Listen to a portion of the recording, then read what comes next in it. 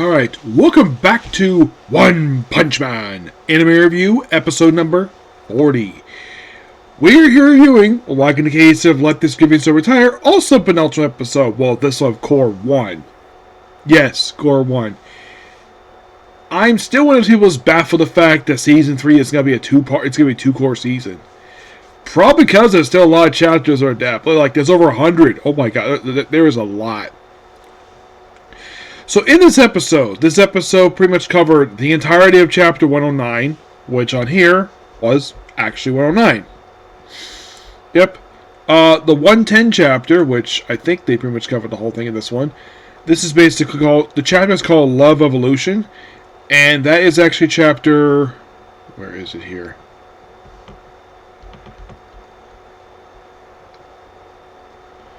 It's not that one. It is actually chapter 103 on the app. Yeah, that's kind of what it is on the app. It's 103, which this one covered pretty much almost like the whole thing.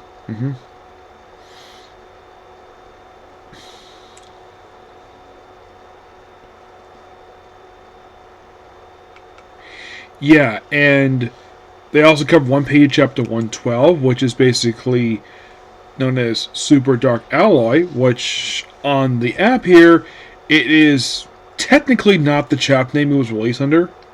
Nope. It is, let's see, it's not that one.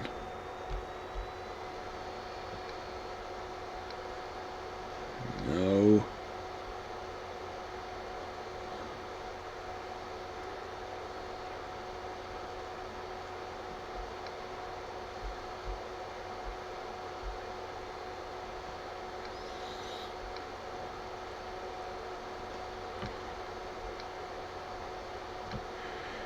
On my app here, it's not 110. No, it's actually chapter...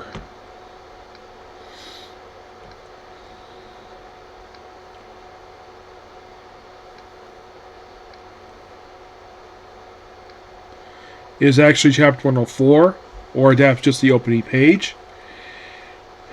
And from chapter on here, it says 113, but 113 in the app, that's not what 113 is. It's 113 is actually encounter.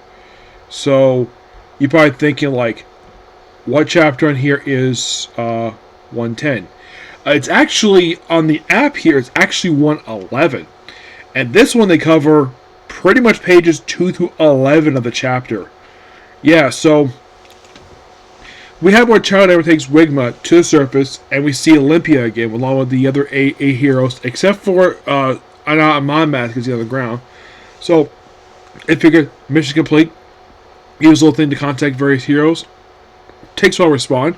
First person responds is Zombie Man, and then they also have Pig God, Atomic Samurai, who ends up fighting the Black Sperm from the last episode. Mentioned with the kid, and of course Shamrock is angry at the fact that he basically didn't tell the fact there was no kid down there. So he goes out the fact that he's actually should not be going down there because he's basically helpless not there. So, and then we cut to a Samurai fighting Black Sperm, and the fight's not completed here per se. No, he's not. It's a very good fight here. Oh my gosh, it's so fun seeing this thing.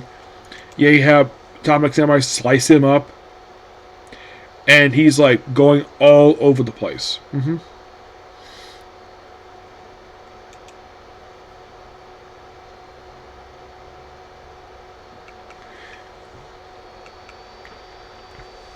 Atomic Samurai has stuff fighting him.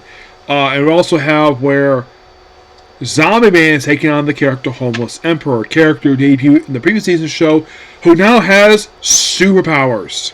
Yep, he has superpowers. And this is where the halfway comes in because he ends up doesn't finish the fight here. So he fights him and of course gets his back. So of course they made a change here where why he's getting an exclamation. Zombie Man is on fire. And then he recovers and continues fighting him. He also brings up this being called God, who is this weird, like, silhouetted green silhouette figure. They call this person God. That's what they call it here.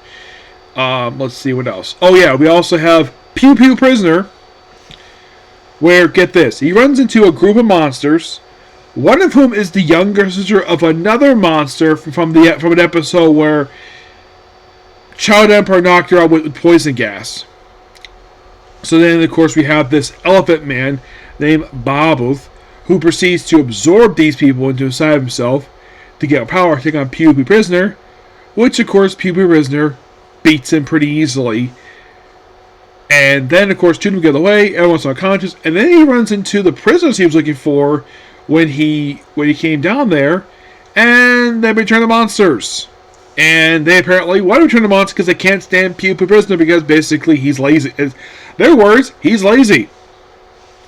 And he calls them, oh, my honey bears. Like, we're not your honey bears at all. And then Nia, the cat monster, he shows up. And he ends up actually slicing up Pee Wee Prisoner's sweater. He gets very angry. Apparently he grows more hair, apparently. And he thinks his long armpit hair is angel's wings. So then he proceeds to chase the cat through the wall. Yes, he digs the circle like he's swimming through the wall. And inadvertently ends up killing the prisoners he was sent to save. And he gets angry and fights Cat. And that's the episode. Pretty fun. Yeah. I don't think anything wrong with this episode animation-wise. Not really, no. I'm guessing at this point they must have fixed the animation because basically I heard early on that there was a lot of whining and complaining about the animation being terrible. At this point, basically, it probably got the concern. They probably got it fixed because it's worked properly now. So, next up, we also have that we're talking about is the newest chapter of the manga, chapter 221, New Blood. Well, the cover is Saitama thinking he's basically a Matador by taking on a giant bull. Which, okay. And then we have basically a sumo wrestler just beating up a bunch of monsters. Yes, it's a sumo wrestler who's actually very muscular. Despite the fact, sumo wrestlers are normally very chubby. But this guy is muscular. He's got muscles all over the place. He's that massive. And normally, sumo wrestlers wouldn't look like this all. No, but they're usually much more rounded. But they probably could carry how huge they are. And he's part of the Neo Heroes. And apparently he's Neo Hero Raiden. Yes, his name is Raiden, the sumo guy. And they're following him. And he just goes off. And then where we have more monsters, and basically Neo Heroes taking them on. And, well, everyone's watching how powerful the Neo Heroes are.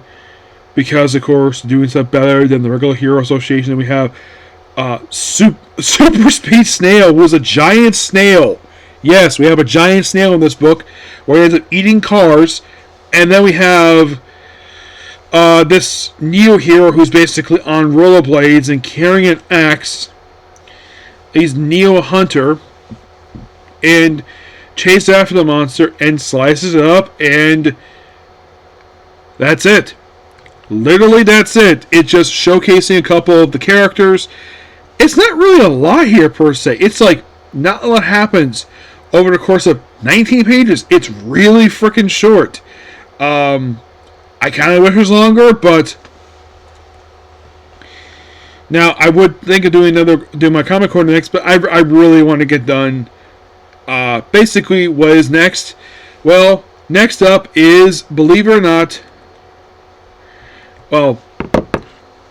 Reincarnated the Dragon Hatchling. Yep, that's next.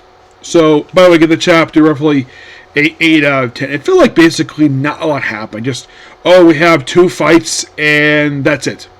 That's literally what this chapter was. And by the way, no Saitama in the chapter. He is absent. He's in the cover, but not in the story. Oh, he does briefly appear in the episode, forgot to mention. He is like, I hope the ground, I hope my house is okay. Yeah, that's a brief scene from the manga. It's like, what?